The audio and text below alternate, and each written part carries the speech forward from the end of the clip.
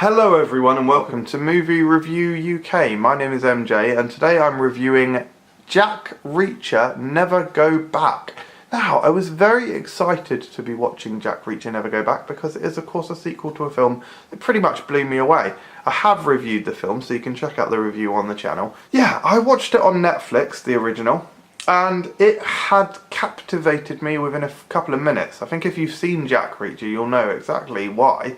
The film opens with basically a POV shot of a sniper rifle. So you're basically watching people be sniped and killed. And it's horrifying, it's shocking, it's bombastic, and it's amazing. And it's a damn shame they didn't do something similar in this film.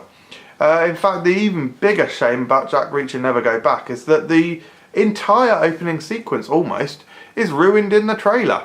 And I'm going to be very open about what happens, you know. Consider this a minor spoiler if you want to be completely blind to the film when you go see it, but honestly it's not really going to ruin anything. In the trailer, Jack Reacher's sitting in a... I'm just thinking about how stupid it is actually. Jack Reacher's sitting in a diner and the film starts and we're outside the diner and the police are asking, oh, what happened to these guys? There's some guys laying on the floor. And they're like, oh, that guy beat them up. And so these cops go into the diner and they go, oh, we're going to arrest you. So they arrest him. And then Jack Reacher goes, oh, two things are going to happen. That phone's going to ring. And then, he says two things are going to happen in the next 90 seconds. That phone is going to ring and you're going to be in these handcuffs. And that's what you see in the trailer.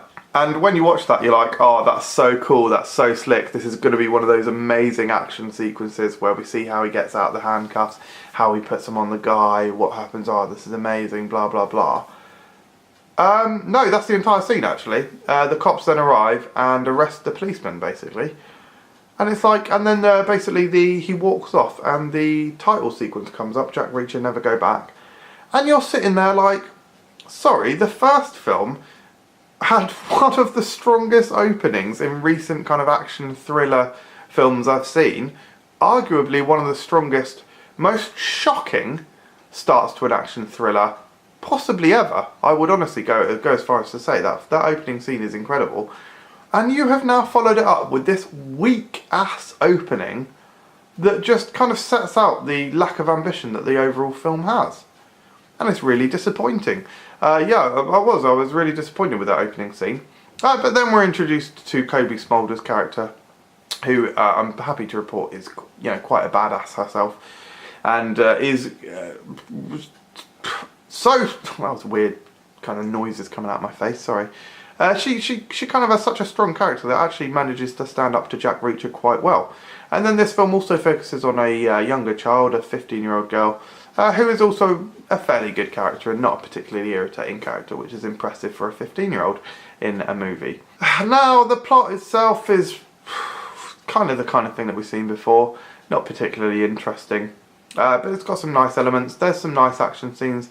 There's one or two clever scenes like that you would expect a highly trained, efficient, military, total badass to be able to do, but there are very few and far between actually, and for most of the film it's a pretty run-of-the-mill, by-the-books action thriller, which is really disappointing. You know, it's not particularly bad, that's the thing, not particularly bad, but when you're following up such a great film as Jack Reacher, it's a real shame when it doesn't quite hit the mark, and there's just not all that many interesting things about it. The cast is alright, obviously you've got Tom Cruise and, as I say, Cobie Smulders. But beyond that, there's really not that much interesting about the film, and I was definitely disappointed with it. It does make me wonder, out of all the Jack Reacher books, I'm sure there's something like 20. I will put the exact figure of how many Jack Reacher books there actually are on screen now. Out of that many books, why did they pick Never Go Back? It's just not a particularly interesting story, really. And it wasn't bad, but there just wasn't enough there. There wasn't enough... there was enough action, there just wasn't enough interesting action. They should have been a little bit more ambitious with the action scenes. And it kind of just left me feeling hungry for either a different Jack Reacher film, i.e. the first Jack Reacher, or just a good Mission Impossible film, i.e. one of the later two, one of the fourth or fifth Mission Impossible films, which are much better. Didn't hate it though, I'd give it 7 out of 10. Thank you very much for watching, everyone. I hope that you enjoyed Jack Reacher Never Go Back, if you did see it.